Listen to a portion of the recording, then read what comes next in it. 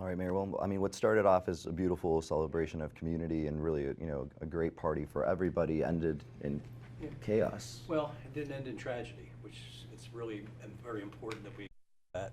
I want to thank the Philadelphia Police and the police from surrounding counties who helped to evacuate the area to make sure that no one was injured or killed, God forbid. It was one of the most beautiful days I can remember in the last almost 3 years, where the weather was perfect, the crowd was perfect, the concert was entertaining and fun, and it devolved into what it devolved into.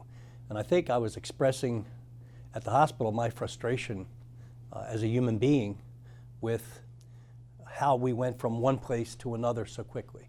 I guess also having Highland Park in mind from the morning, I was just extremely angry and frustrated. And my expression and the things that I said there were my feelings, but it was based on what had happened and what turned this event into something that could have been a real tragedy. I mean, when I went into the hospital to see the officer, the highway patrol officer, and saw him like in a hospital gown with a bandage on his head and still had his highway patrol boots on, and then met his wife and his mother and his grandmother, it was like very emotional. Yeah. And it's just, as I said last night, we live in a country that needs to figure out a way to get out of this.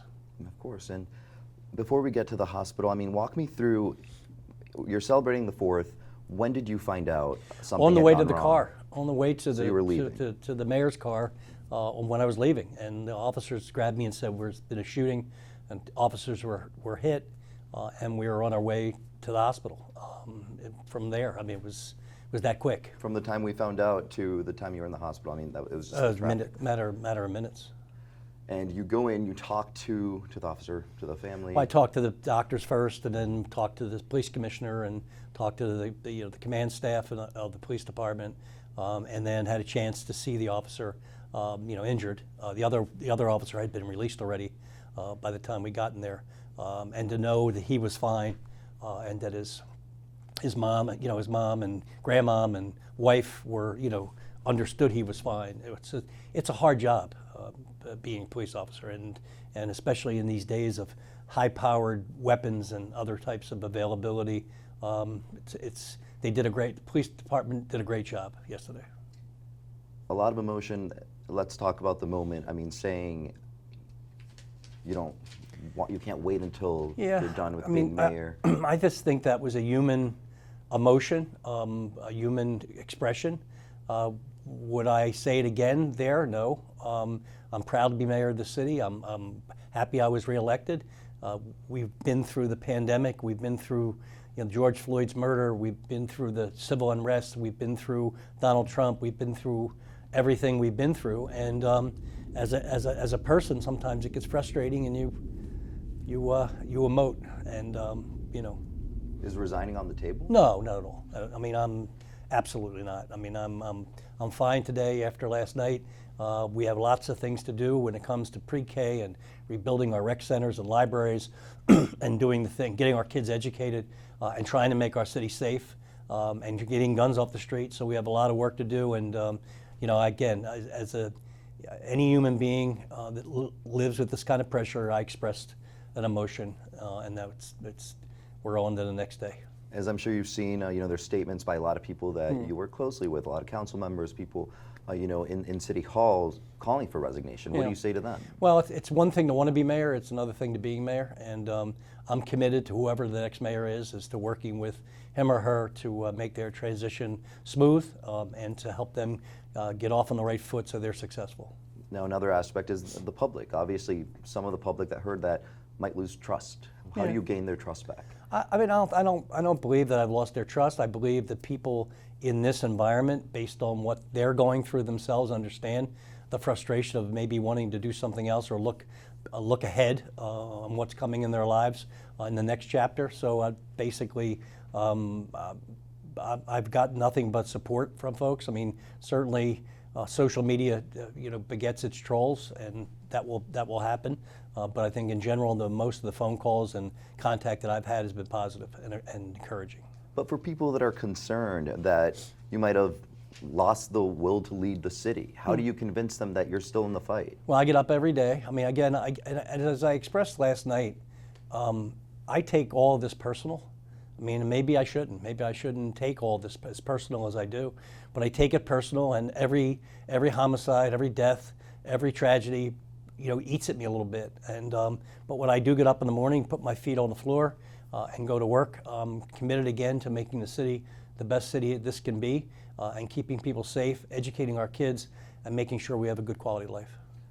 You were talking earlier about the shooting that had happened earlier in the day, and obviously that had people concerned. Were there any talks about, do we need more security? Do we cancel? No, we had plenty. I mean, we were very much secure last night, as you could tell by the way in which people were evacuated, how the police responded, how they followed their training and got people out to a safe place. We didn't know the extent of the shooting and where it was coming from and how many people, if it's just one or was more. And our police responded as they always do, with great valor and great courage and great training. And looking forward to other events, how do we make the public feel secure? Are we still having Made in America? Yes, we're still having Made in America. We're still going to do everything we've always done. I mean, again, last night was chaotic. It was scary, but no one, none of the public was hurt or killed. Again, and I will say it, and I'll keep on saying it until I'm no longer in office in 2024. We have to do something about guns in this country. I mean, it's just terrible that people have access to weaponry that can kill somebody and also ruin people's psyche when it comes to feeling safe. Again, I said we're probably the most armed nation in world history. We're certainly not the safest. And unfortunately, though, we can't do anything about guns here right now. So what can you do to assure people that they can go to a big event and celebrate with their loved ones? Well, for the first time in the Wawa Welcome America concert, we had 17 magnetometers that people had to walk through in order to get into the site. Sadly, the shooting came from outside the site. So again, because of the proliferation of weaponry, it's hard to monitor everything. But we monitored with the magnetometers inside the event. And again, you were there. It was chill. It was fun. It had a great vibe to it. And I guess when that vibe was shattered, I was angry and frustrated. Do you, and I think you spoke to this, but do you regret what you said? I've always been told to be honest and to tell how you feel. I guess that's not necessarily always the best thing to do. Maybe I ought to keep my feelings to myself sometimes. But yeah, I mean, obviously, in the light of the next day, probably should have kept it to myself. But it is frustrating, and when you have a personality like I do, where you take everything personally, where you feel like this is your responsibility, you have to fix this, and when you feel frustrated that you can't always do it, it really does tear at you. And I will say, I mean, you seem emotional, and what do you think is hitting you the most? Is it the juxtaposition? Is it the chaos? What? No, it's the fact that in America in 2022, a beautiful, sunny, cool day can turn into a chaotic night simply because guns are that available. I mean, and again, I made reference to Canada, and times I've been in Europe. I never had that feeling. We were in Madrid a few months ago, and I walked around at 1 o'clock in the morning and didn't feel that someone was going to pull a gun. I was in Ottawa, a couple weeks ago, and knew that the only people that had guns were police. So that's frustrating.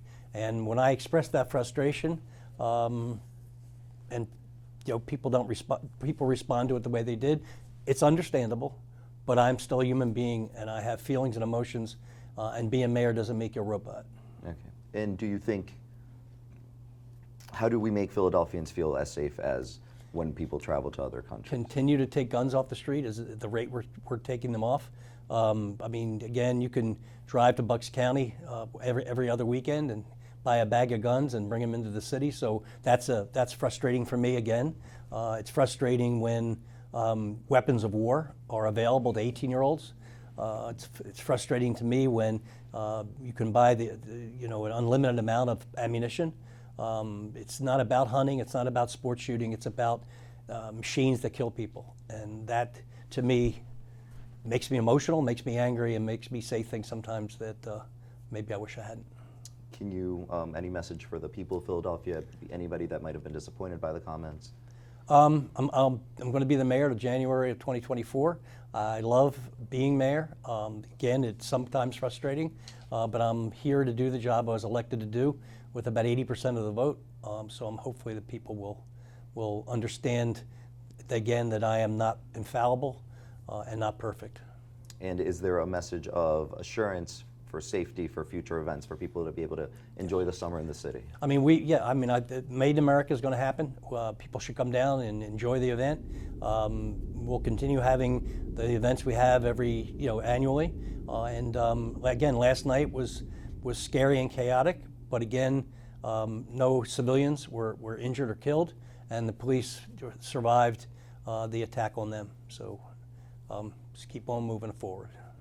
And anything we can expect in terms of the city that they can do to prevent the guns? Or? I mean, we're in court with the Commonwealth now, trying to allow us to, like New York City has, like New York State has. New Jersey is strict on gun laws, and we need to control these weapons much more than we do. All right. Okay.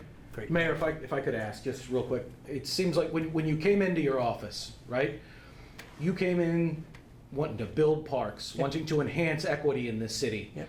An optimist's view of Yep. your office. In the last several years have been a series of stumbling blocks. Has some of that led to your frustration, and how do you feel about what you set out to do versus what you've been able to do? I mean, we're moving forward with our rebuild program. We have 13,000 kids in pre-K or been through pre-K program. So we're very happy with that. I mean, obviously the pandemic was a major setback. Trump was a major setback. George Floyd's murder was a major setback with the civil unrest. I mean, there's been unprecedented issues that we've had to deal with in the last almost 3 years that are frustrating. And again, I apologize for being frustrated, but I do take my job personally, and I take the problems we face personally, and I apologize for wearing my emotion on my sleeve. Was that a legitimate snapshot of how you feel about your time in office? No, I mean what I said last night, or Yes, what I sir. said. Yes, sir. No, it was the frustration of the day, and it was the fear of what happened in Chicago or outside Chicago, and it was the fear or concern that could have happened here, and it's just an emotional situation. Over the last several years, there's been a lot of criticisms of politicians for not saying Yeah. things that were becoming of their office. Straight from you, Trump saying things that aren't presidential. Was that not a mayoral thing to say? No, I didn't say anything mean. I think that Trump, when he expresses himself, is generally on a mean-spirited side. Last night was not mean-spirited at all. It was frustration and sadness and anger about the situation this country's in right now. Can you assure the public you're not too burned out or frustrated to leave? I'm fine. I mean, look, I mean, every morning the sun comes up, and you get out of bed, take a shower, and go to work, and that's what I plan to do between now and January of 2024.